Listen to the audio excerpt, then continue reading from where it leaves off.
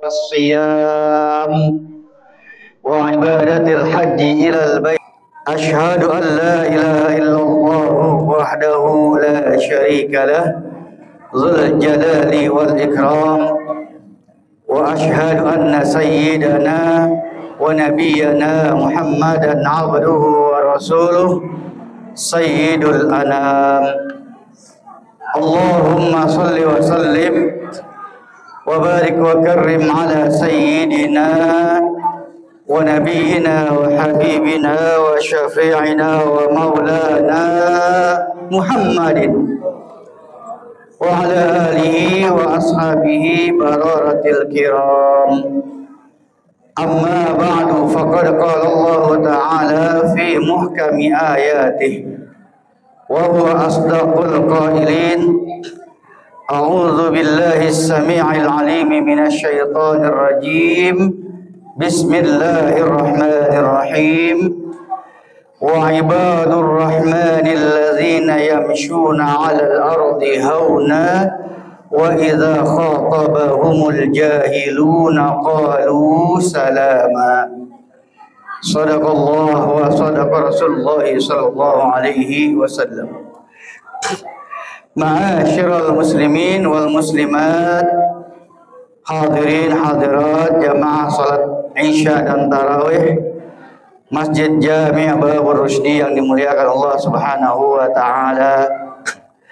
Alhamdulillah wa syukurillah, puja dan puji serta syukur sudah sepatutnya selalu kita panjatkan kehadirat Allah Subhanahu wa taala. Salawat dan salam semoga senantiasa tercurah limpahkan kepada junjungan kita Nabi besar Muhammad sallallahu alaihi wasallam beserta keluarga dan para sahabatnya. Bapak Ibu hadirin hadirat jamaah yang dimuliakan Allah Subhanahu wa taala. Alhamdulillah wa syukurillah, tiada terasa sudah hampir 2 minggu kita melaksanakan ibadah puasa di siang hari bulan Ramadan dan melaksanakan qiyamul lail, salat tarawih dan salat sunnah lainnya di malam hari di bulan suci Ramadan. Mudah-mudahan Allah senantiasa memberikan kesehatan lahir batin, sehat afiat kepada kita semua sehingga kita bisa menuntaskan ibadah puasa kita sampai akhir Ramadan. Amin ya rabbal. Hadirin jamaah sekalian yang dimuliakan Allah, pada malam hari ini Al-Fakir diberi amanah untuk menyampaikan sedikit tausiah tentang puasa dan penguatan akhlak. Tentunya penguatan akhlak atau akhlak yang akan dikuatkan yang dimaksud di sini dengan ibadah puasa yakni akhlak yang mulia, akhlak yang baik, akhlak yang mahmudah. Dalam ajaran Islam kita mengenal ada ajaran akhlak terbagi 2, ada akhlak yang mulia, akhlak karimah atau akhlak mahmudah, ada juga akhlak yang tercela, akhlak yang zalilah atau akhlak yang mazmumah. Tentunya harapan kita sebagai shaimin, shaimat dalam melaksanakan ibadah puasa supaya menjadi ajang latihan kita. Hikmah dari puasa bisa menguatkan akhlak karimah, akhlak mahmudah yang ada dalam diri kita dan meredam, mengikis, menekan akhlak yang mazmumah, akhlak yang jelek. Sebagai contoh kita tahu bahwa ibadah puasa adalah melatih kita mengendalikan hawa nafsu kita. Allah Subhanahu wa taala menyuruh kita berpuasa untuk mengendalikan hawa nafsu kita, bukan untuk membunuh habis hawa nafsu kita. Jadi kita nggak diperintahkan menghabisi hawa nafsu kita, enggak. Bagaimanapun juga kita sebagai manusia dalam menjalani kehidupan ini perlu hawa nafsu. Kita nggak akan bisa hidup kalau nggak punya hawa nafsu, Pak. Termasuk kita nggak punya nggak punya nafsu makan, ya nggak hidup. Nggak punya nafsu birahi, nggak berketurunan. Allah tidak menyuruh kita membunuh hawa nafsu kita, tapi mengendalikan. Jangan sampai kita yang dikendalikan oleh hawa nafsu. Karena memang tabiat nafsu itu adalah selalu cenderung mengajak orang untuk berbuat negatif, berbuat kejahatan. Dalam Al-Quran, Nabi Yusuf juga berdoa kepada Allah berlindung kepada kejahatan hawa nafsu. Wa ma ubarri'u nafsi innan nafsa la'ammaratun bisu. Aku tidak bisa melepaskan diri dari hawa nafsu, karena memang hawa nafsu itu selalu mengajak kepada kejahatan. Nauzubillah min dzalik. Nah, dengan berpuasa, insya Allah kita bisa mengendalikan hawa nafsu kita dan menekan sifat-sifat negatif, yaitu sifat rakus, tamak, serakah, dan cenderung pada mementingkan kehidupan dunia. Itu yang pertama, mengendalikan hawa nafsu. Supaya kita menjadi orang yang qanaah. Akhlak yang mahmudahnya ini qanaah. Akhlak yang jeleknya yaitu rakus, tamak, dan serakah. Yang kedua, tentunya kita pahami bahwa puasa itu adalah melatih kesabaran, sehingga kita bisa menjadi orang yang sabar, orang yang tidak temperamental, tidak mudah marah, tidak mudah naik pitam. Sabar, itu akhlak baiknya. Meredam akhlak yang jeleknya, jangan sampai menjadi orang yang temperamental, mudah marah. Dengan puasa kita dilatih untuk bersikap sabar. Yang ketiga, kita dilatih dengan ibadah puasa untuk kita bisa mempunyai rasa empati terhadap sesama kita. Akhlak baik yang dikuatkan yaitu kita ditanamkan rasa kepedulian kepada orang lain. Turut merasakan penderitaan yang dirasakan oleh orang lain, terutama para fuqara dan masakin. Orang fakir miskin, orang yang nggak mampu, orang yang nggak punya apa-apa, seringkali menahan lapar, bukan karena puasa, emang lapar, nggak punya apa-apa, nggak punya makanan untuk dimakan. Dengan kita berlatih puasa, melaksanakan ibadah puasa, melatih kita mempunyai sifat empati terhadap sesama kita, sehingga kita menjadi orang yang dermawan. Penguatan akhlaknya itu melatih kita menjadi orang yang dermawan, punya sikap peduli, empati terhadap sesama kita. Yang keempat, puasa melatih kita menjadi orang yang taat. Taat kita menjalankan ibadah puasa sejak azan subuh sampai azan maghrib. Kita menahan lapar, menahan dahaga, menahan dari hal-hal yang membatalkan ibadah puasa. Patuh kita kepada Allah walaupun gak ada orang melihat, walaupun kita sembunyi. Andai kata kita mau makan, minum, ngumpet-ngumpet, orang gak lihat, bisa saja kita lakukan. Tapi kita yakin dengan puasa kita, Allah Maha melihat apa yang kita perbuat. Kita taat perintah Allah. Kita nggak makan, kita nggak minum, kita tetap menjaga puasa kita walaupun tidak ada orang yang lihat. Puasa melatih kita menjadi orang yang patuh, disiplin, dan taat. Itu penguatan akhlaknya di situ. Yang kelima, puasa melatih kita untuk tidak menjadi orang yang egois, hanya mementingkan diri sendiri. Kita punya sifat peduli kepada orang lain. Jangan sampai kita merasa bodoh dengan nasib orang lain yang penuh penderitaan. Kita merasa itu bukan urusan kita. Tapi dengan ibadah puasa, kita dilatih untuk berbagi kepada sesama kita. Makanya alhamdulillah wa syukurillah saat bulan Ramadan ini, di setiap masjid musola banyak sekali orang yang berbagi hidangan untuk berbuka puasa. Menghindarkan diri dari sikap egois, melatih untuk berbagi kepada orang lain. Menyiapkan hidangan berbuka puasa untuk orang yang berbuka puasa. Siapa orang yang menghidangkan, memberikan makanan orang yang berbuka puasa, insya Allah dia dapatkan pahala seperti orang yang berpuasa, dengan tidak mengurangi puasa ibadah puasanya sendiri. Jangan sampai kita masa bodoh dan tidak peduli kepada nasib orang lain. Yang keenam, penguatan akhlak melalui ibadah puasa, yaitu puasa melatih kita menjadi orang yang tawadhu. menjadi orang yang rendah hati, bukan rendah diri. Menjadi orang yang tidak sombong. Penguatan akhlaknya yaitu melatih kita menjadi orang yang rendah hati, low profile, tidak angkuh, tidak sombong. Mengikis sikap dan sifat negatif kita yaitu angkuh dan sombong. Dalam Al-Quran ada dua sifat akhlak mahmudah, sifat yang mulia yang disebutkan secara beriringan, yaitu sifat tawadhu dan pemaaf.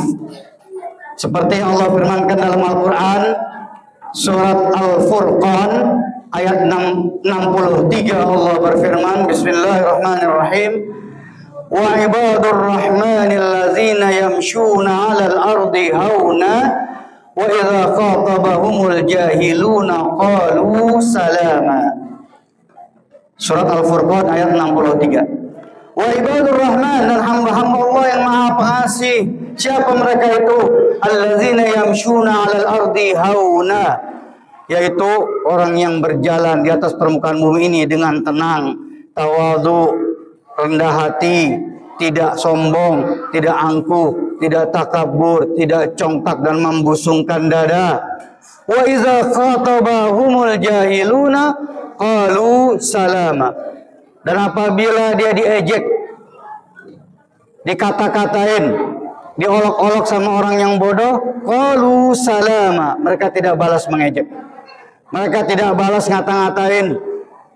Bahkan mereka membalas dengan ucapan salama, ucapan yang mengandung perdamaian. Salam. Tidak marah, diejek, tidak naik pitam, tidak temperamental walaupun dikata-katain. Sangat pemaaf, memaafkan orang yang mengejeknya. Itulah sifat yang mulia dari hamba Allah, ibadur rahman. Dua sifat ini sangat bagus dan beriringan, yaitu sifat tawadhu dan sifat pemaaf. Bahkan bisa kita umpamakan antara sifat tawadhu dan pemaaf ini bagaikan dua sisi mata uang yang tidak bisa dipisahkan. Orang yang tawadhu biasanya dia pemaaf, tidak pendendam. Orang yang pemaaf juga biasanya dia tawadhu, tidak angkuh dan sombong. Walaupun memang hadirin, pada dasarnya dalam tiap-tiap diri kita, dari diri manusia, itu ada potensi untuk bisa menjadi orang yang sombong.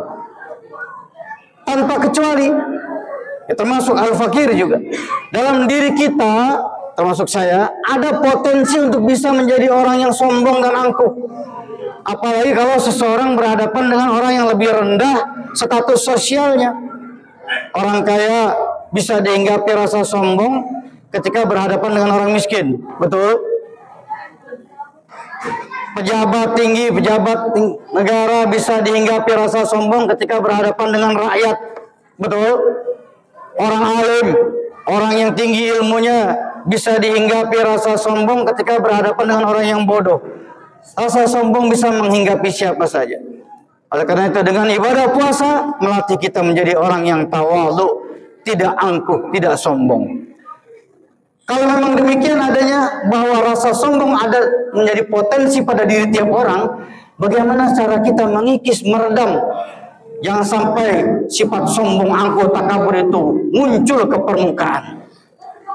Jangankan sampai muncul ke permukaan, ada sedikit saja sifat angkuh, sombong, takabur dalam diri kita itu bisa menghalangi seseorang masuk ke dalam surganya Allah Subhanahu wa taala.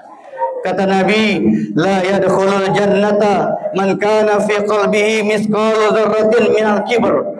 Enggak akan masuk surga, kata Nabi, seseorang yang dalam hatinya ada sedikit saja sebesar biji sawi dari rasa sombong. Sedikit saja ada rasa sombong bisa menghalangi seorang hamba masuk surganya Allah. Waliyadzubillah min dzalik. Ingat, iblis laknatullah alaih diusir dari surga lantaran sombong, angkuh, takabur, nggak mau sujud kepada Nabi Adam. Ketika Allah perintahkan sujud menghormat kepada Nabi Adam, iblis menolak, nggak mau. Apa jawabannya? Allah tanya, kenapa kamu nggak mau sujud? Kata iblis, qala ana khairum minhu, khalaqtani min narin wa khalaqtahu min tin. Tuh kata iblis laknatullah alaih. Aku lebih baik dari Adam. Engkau ciptakan aku dari api, sedangkan Adam engkau ciptakan dari tanah. Api lebih mulia dari tanah. Buat apa aku sujud pada orang lebih hina daripada aku? Sombong, takabur, angkuh. Allah suruh sujud, iblis gak mau. Aba wastakbara wa kana minal kafirin. Aba artinya gak mau, orang gelap, gak mau sujud. Wastakbara, angkuh, sombong. Wa kana minal kafirin, maka iblis termasuk golongan orang kafir. Na'udzubillah min dzalik. Sifat tawadu, sifat hamba Allah yang mulia. Sedangkan angkuh, sombong adalah sifatnya iblis, laknatullah alaih. Bagaimana cara kita meredam supaya tidak jadi orang yang sombong? Terkait dengan hal ini, ada sebuah kisah lama tentang seorang kiai, seorang ajengan ulama yang tinggal di suatu dusun. Sangat alim, tinggi ilmunya, luas wawasannya, begitu dihormati dan disegani oleh masyarakatnya, menjadi panutan, menjadi contoh teladan bagi umatnya, bagi masyarakatnya, sangat disegani, sangat dihormati karena keilmuannya dan kealimannya. Kemanapun sang kiai tadi berjalan, banyak orang bertemu dengan beliau, orang beri salam, assalamualaikum ya kiai, cium tangan. Kemana dia berangkat pergi, orang beri salam, cium tangan. Begitu banyaknya orang yang menghormati dirinya, begitu banyak orang yang mengagungkan dirinya, beri salam dan cium tangan kepada dirinya, muncullah sifat manusianya, muncullah ananiahnya dalam dirinya. Oh, pantaslah saya dihormati, saya kan kiai. Oh, pantas orang pada cium tangan sama saya kan ajengan. Muncul rasa sombong dalam dirinya. Sudah tergodalah sang kiai dengan godaan iblis. Ditanamkan rasa ujub dalam dirinya. Sebagai seorang kiai, pantas dong dihormatin. Pantas orang pada cium tangan sama saya, beri salam sama saya. Ujub ditanamkan oleh iblis, rasa ujub dalam dirinya. Tergodalah sang kiai dengan godaan setan. Nauzubillah min dzalik. Biasa dihormati, orang beri salam, cium tangan. Suatu ketika sang kiai jalan di pinggiran pasar. Tiap orang yang ketemu kenal dia, beri salam, cium tangan. Pas sang kiai berpapasan dengan seorang pedagang kaki lima di pinggir jalan. Pedagang kaki lima gelar dagangan di pinggir jalan. Sang kiai lewat depannya. Sang kiai melihat kepada sang pedagang, pedagang juga memandang kepada sang kiai, tapi tidak ada sepatah kata pun yang keluar dari mulut kedua orang itu. Tidak ada sepatah kata pun lewat sang kiai. Pedagang diem-diem baik, cuek bebek saja. Dapat beberapa langkah sang kiai melewati pedagang tadi, kok rasanya ada yang mengganjal. Ini orang kok cuek bebek saja saya lewat, nggak ada basa-basinya. Belum tahu siapa gue dia. Muncul ujubnya, muncul rasa ujubnya dalam dirinya. Pas ada ganjelan nih, orang kok nggak punya akhlak, nggak punya adab. Gue lewat diam aja, nggak ada bunyi-bunyi nyacan, nggak ada basa-basinya. Dapat berapa langkah, balik lagi sang kiai negor pedagang kaki lima tadi. Hei bang, ini pedagang kaki lima nih. Hei bang, kamu kok saya lewat diem-diem baik? Kan kamu lihat tadi banyak orang pada beri salam sama saya, cium tangan segala macam. Kamu lewat cuek bebek aja, nggak ada basa-basimu, nggak ada tegur sapamu. Kamu tahu nggak siapa saya? Tuh, satu pertanyaan yang menunjukkan betapa sombongnya sang penanya. Lu tahu nggak siapa gue? Nah, tuh ciri orang sombong kayak gitu. Ngomongnya, ciri orang sombong. Kamu tahu nggak siapa saya? Kamu kenal nggak siapa saya? Tuh, tanda orang sombong pasti ngomong kayak gitu. Ngagul, nauzubillah min. Pedagang kaki lima mendapat pertanyaan seperti itu, spontan dia menjawab, Pak. Apa jawabannya? Ya, saya tahu siapa kamu. Saya tahu persis dan saya kenal betul siapa kamu. Kamu itu dulunya adalah air mani, gitu.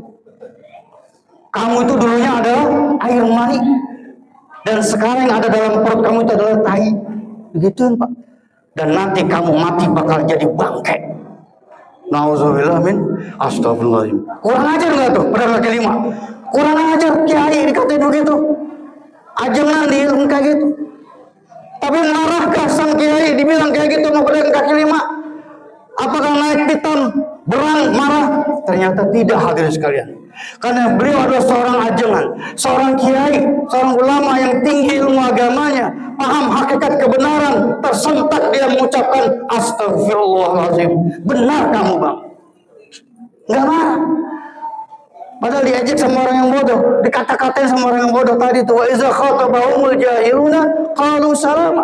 Benar kamu bang, sungguh benar apa yang kamu ucapkan tadi. Saya yang salah bang. Saya yang telah bersikap sombong kepada abang. Saya yang telah bersikap angkuh kepada abang.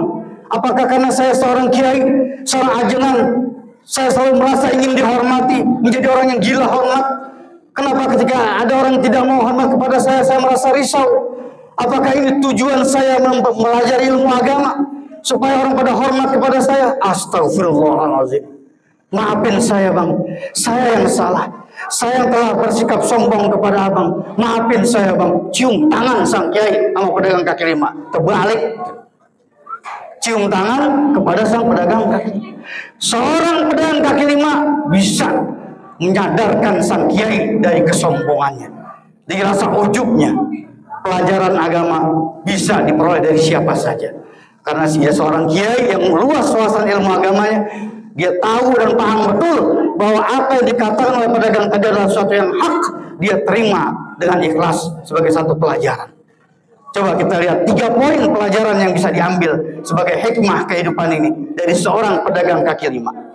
Yang pertama tadi, apa kata pedagang kaki lima? Ngomong apa tadi? Bahwa kamu itu dulunya adalah air mani. Betul. Allah Subhanahu wa taala firmankan dalam Al-Qur'an surat At-Tariq, "Falyanzuril insanu mimma khuliqa mimma dafiq yakhruju min baini sulbi wat tara'ib." Falyanzuril insan, hendaklah manusia itu perhatikan mimma khuliq, dari apa dia diciptakan. Khuliqa mimma dafiq, manusia itu diciptakan dari air yang terpancar, air yang hina, yaitu air mani. Apa yang mau kita sombongkan? Kita dulu adalah air yang hina, air yang menjijikkan, air mani. Apa yang kita sombongin? Yakhruju min baini sulbi wat taraib, air itu keluar dari tulang sulbi laki-laki dan tulang dada perempuan. Apa yang kita sombongin? Kamu tuh dulu air mani. Tuh. Sang kiai tahu betul itu, makanya dia nggak marah dikatain gitu. Apa yang mau kita sombongin? Kita dulu diciptakan dari setetes air yang hina dina, air yang menjijikkan, air mani. Yang kedua, nasihat dari sang pedagang kaki lima apa tadi? Yang ada dalam tubuhmu itu adalah tai atau kotoran. Benar Pak.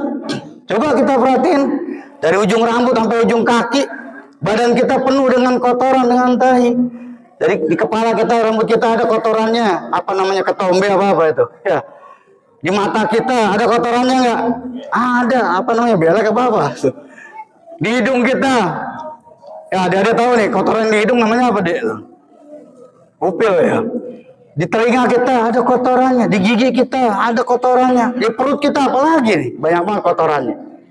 Kita nggak lebih, nggak sarung kotoran, sarung tai, apa yang mau disombongin coba? Kamu tuh dulu sarung kotoran, sarung tai. Apa yang mau disombongin? Coba. Itu nasihat yang kedua. Yang ketiga, kata pedagang kaki lima, nanti kamu mati bakal jadi bangkai. Betul. Kalau kita sudah tidak bernyawa, terbujur kaku di pembaringan, sudah meninggal dunia, hilang semua yang kita sombongkan. Nggak ada gunanya harta kekayaan yang kita sombongkan. Nggak ada gunanya pangkat jabatan tahta yang dulu kita sombongkan. Nggak ada gunanya ketampanan kehebatan yang kita sombongkan. Nggak ada ilmu yang kita sombongkan kalau kita sudah meninggal dunia menjadi jenazah. Waliyahzubillah min dzalik. Ma'asyiral muslimin rahimani wa rahimakumullah. 3 poin nasihat sang pedagang kaki lima bisa kita jadikan hikmah dalam kehidupan kita agar kita bisa menjadi orang yang tawadhu, orang yang rendah hati, tidak angkuh, tidak sombong. Kita sadar diri dari mana kita berasal, dari air hina. Dan sekarang kita ada di perut kita, di badan kita ini cuma banyak kotoran, itu aja. Dan nanti kita mati bakal menjadi bangkai, bakal menjadi mayit.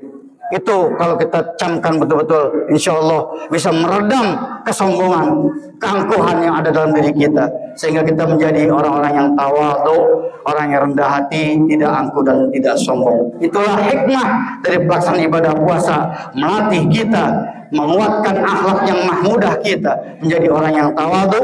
Mudah-mudahan Allah senantiasa memberikan kita taufik dan hidayah agar kita selalu berada di jalan ridha Allah Subhanahu wa taala. Amin ya rabbal alamin. Sekedar ini saja tausiah yang bisa Al-Fakir sampaikan. Mudah-mudahan ada hikmahnya untuk diri Al-Fakir sendiri dan juga untuk hadirin jamaah semuanya. Akhirul kalam, hadanallahu wa iyyakum ajma'in. Wassalamualaikum warahmatullahi wabarakatuh. Subhanallah.